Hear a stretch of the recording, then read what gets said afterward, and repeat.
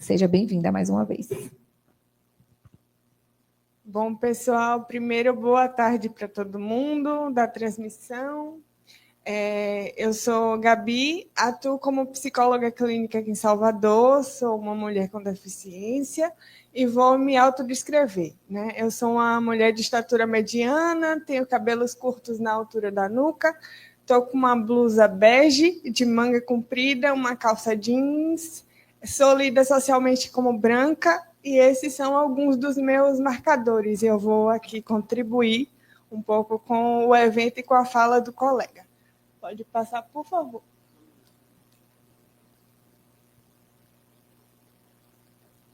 Pronto. Bom, eu, como uma mulher e como uma psicóloga com deficiência, vou contribuir com o viés da psicologia anticapacitista, né, que eu vou desenvolver mais adiante. Mas aqui, em primeiro plano, eu trago para vocês algumas imagens vinculadas às redes sociais do Conselho, tanto federal quanto estadual, o CRP03, de campanhas, né, pontuais, de manifestações a respeito da psicologia anticapacitista. Em geral, elas falam sobre combate à discriminação, sobre a luta por igualdade de direitos e sobre, né, marcadores e variáveis que nos atravessam. Mas eu quero que vocês guardem essas imagens de maneira geral, que a gente vai problematizar um pouquinho mais para frente. Pode passar. Bom, em primeiro plano, né, eu vou pegar emprestada uma ideia que eu vi da professora doutora Bárbara Carini. Ela é uma professora de Salvador, ela ganhou o prêmio Jabuti, um prêmio importantíssimo de literatura, e ela fala sobre a luta antirracista. Então, ela é uma mulher negra, e eu vou pegar emprestado um conceito que eu vi, né, veiculado por ela. Quando a gente fala de psicologia anticapacitista, o que a gente quer dizer com isso? É uma psicologia que se compromete a combater, né, a bater de frente, a confrontar o capacitismo, que é um tipo de violência ou discriminação especialmente dirigida a pessoas com deficiência, né? Então, é a violência que especialmente atinge esse grupo de pessoas.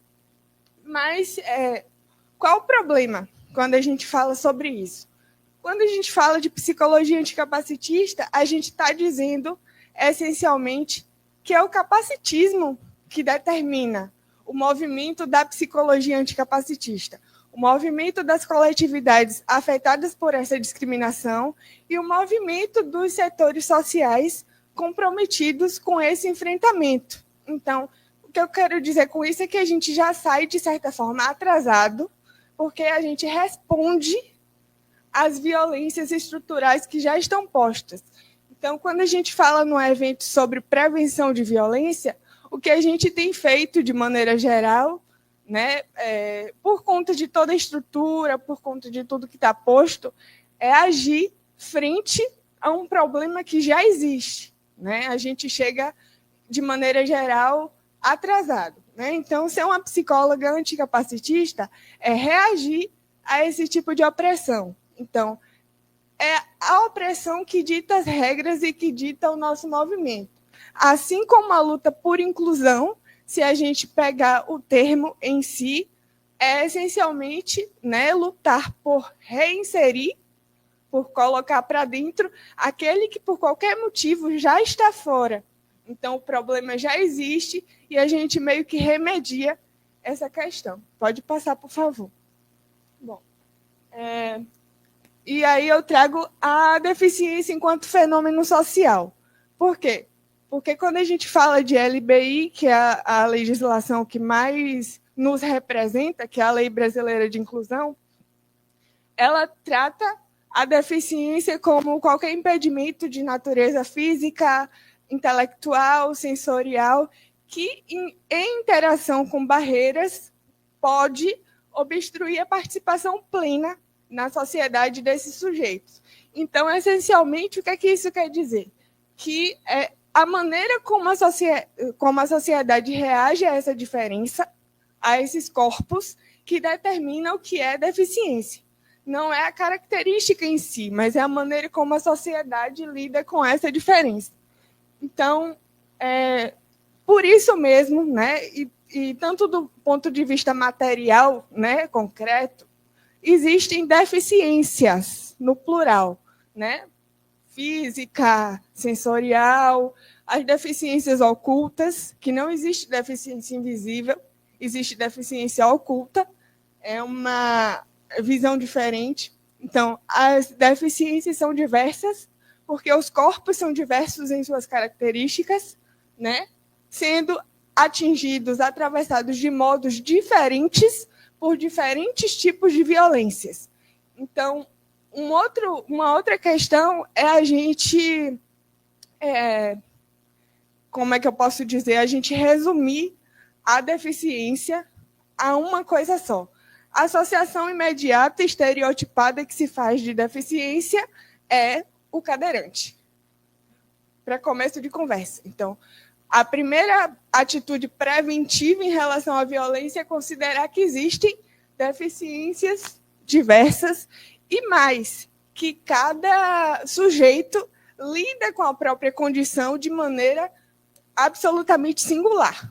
Então, eu tenho deficiência física, assim como um companheiro, né, em outro contexto pode ter o mesmo tipo de deficiência, mas a minha experiência com aquela deficiência é uma, a do meu companheiro é outra. Então, é importante separar.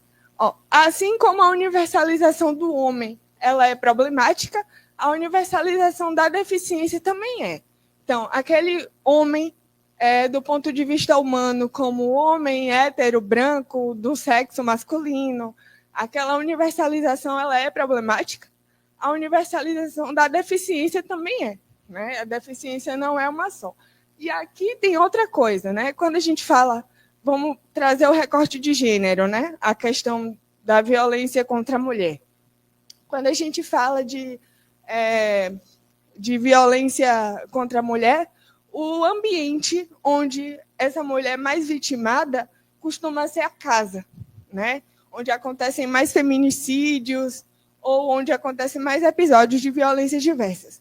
Se a gente parar para pensar no recorte da deficiência, as pessoas com deficiência ficam mais tempo, em geral, do que outras pessoas nas casas, por inúmeras barreiras, por inúmeras questões, ficam mais tempo ainda em contato com figuras familiares, figuras de referência, cuidadores, enfim, pessoas de assistência.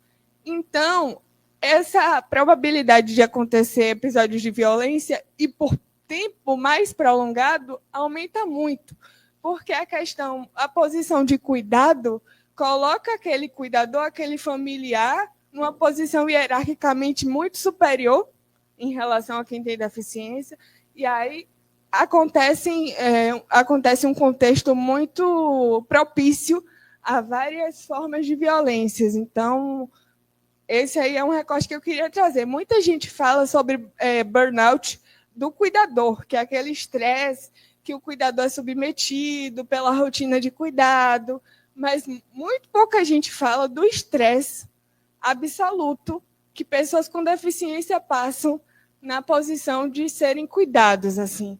É um controle, né, que o outro tem sobre um corpo que é meu. Às vezes, assim, que horas eu vou levantar da cama, que horas eu vou sair para o trabalho, que horas eu vou comer. Então, isso aí é um poço de possibilidades para variadas violências. A Maria da Penha, que é o símbolo, né, o nosso símbolo nacional e internacional de violência contra a mulher, é uma mulher que foi vitimada pelo parceiro e se tornou uma pessoa com deficiência graças à violência proferida pelo parceiro. Então, é um problema que a gente tem que ficar atento. Pode passar, por favor. Então, como é que a gente previne? Né? Vamos falar de prevenção.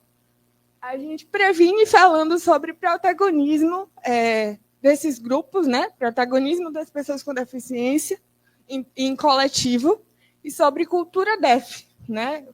A cultura DEF é um termo que está cada vez mais popularizado, que fala sobre a cultura das pessoas com deficiência, do grupo de pessoas com deficiência. A gente precisa associar, entender e propagar histórias de sucesso, de êxito, de felicidade em termos de saúde mental relacionadas a essas pessoas. Essas pessoas não são só protagonistas necessariamente de histórias de sofrimento, de histórias de fatalismos, de fatalidades, enfim. Elas são protagonistas de histórias de sucesso, muitas vezes, também, né? A gente precisa desassociar as pessoas com deficiência nas clínicas a histórias de sofrimento. Elas vão falar de maneira geral sobre a vida, sobre atravessamentos de vida. Vão falar sobre felicidades também. Vão falar sobre o seu lugar de trabalho, sobre o seu lugar na família, sobre as suas amorosidades, os seus afetos. Enfim, não vão falar só sobre capacitismo. As pessoas convidadas, os intelectuais convidados para palestras com deficiência, não vão falar só sobre capacitismo. Elas podem falar sobre múltiplas coisas. Então, reconhecer essas histórias e ventilar tanto reduz os danos de violência já produzidas, quanto instaura, né, constrói um repertório de prevenção de violências. É sobre a pessoa com deficiência se enxergar de maneira legítima em outro lugar que não o de vitimado pela sociedade, essencialmente. Aí já ouvimos muito falar, a partir do movimento negro, de orgulho negro. Tem muita coisa produzida e pensada e construída sobre orgulho negro. O orgulho LGBT tem movimentos aí, tem paradas, tem discussões, mas muito pouca gente fala ainda sobre orgulho PCD.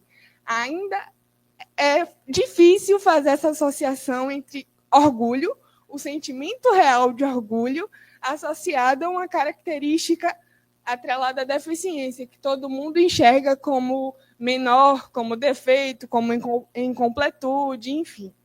Então, é fazer esse exercício da gente construir nesses sujeitos o orgulho pelo que eles são, né? Enfim, pode passar, por favor. E aí, tem matérias, né? Essa matéria, por exemplo, foi uma matéria que eu participei, eu dei entrevista, de um evento que eu estive presente, que foi a primeira parada do Orgulho PCD, da Bahia, de Salvador e do Nordeste, onde a gente se reuniu enquanto grupo. O coletivo que eu faço parte também foi, na época eu nem fazia ainda, me associei depois. Então, lá teve música, teve dança, teve arte, teve cultura, teve militância também. A gente falou sobre as violências que a gente passa, a gente construiu coisas em tom de denúncia, mas a gente se divertiu e a gente viveu enquanto intelectuais, enquanto cidadãos, né? Enfim. E aqui do outro lado, uma exposição no Museu de Arte da Bahia, chamado Contexto DEF, que foi uma exposição que foi aberta no mês de setembro, que é o mês que marca a luta pela inclusão das pessoas com deficiência, foi até novembro. Então, eu estive presente na exposição. Foram expostas obras de artistas baianos com deficiência. Então, escultura, pintura, fotografia, eles se expressando, inclusive a arte é uma expressão potente de saúde mental, falando, inclusive, também sobre o direito à cidade, que é um direito que todos nós temos, e para pessoas com deficiência, esse direito é embargado, né? Ele é violado. Nem todas as pessoas têm direito igual à cidade, à circulação na cidade. Pode passar, por favor. Aqui é uma foto da exposição tirada. Eu trouxe, se fosse você, né? A provocação do espectador se colocar nesse lugar, ou tentar se colocar. Então, a gente traz aqui pessoas com deficiência como agentes, produtores de arte, produtores de cultura, de intelectualidade e de tecnologia. A gente está em diversas áreas, né, da vida, do trabalho, do mundo, e a gente traz aí, essencialmente, a negação da normatização dos corpos sem deficiência. Aquele corpo sem deficiência, padrão, como um padrão para todos os corpos do mundo, né? Aquele corpo branco, hétero e sem deficiência. Enfim, a gente problematiza esse lugar de padrão. E, para finalizar, só naturalizando a diferença enquanto característica intrínseca e inevitável, a gente pode, enfim, desnaturalizar qualquer forma de violência. Quando a gente encara a diferença como algo inescapável e algo muito potente, a gente desnaturaliza as violências diversas. É mais ou menos isso. Muito obrigada.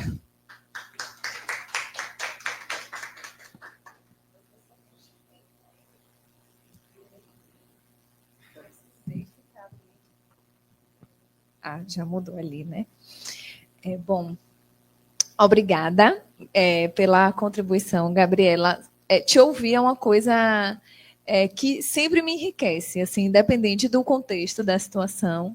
É algo que, de fato, assim como a fala de Guilherme, né, inquieta, né, nos provoca, mas também abre reflexões, né, assim, são duas falas. Deixa eu tentar vir mais para trás, né, para olhar para vocês. São duas falas que promovem reflexões importantes para a gente a nível pessoal, né? Porque antes de psicólogos, psicólogas, somos pessoas.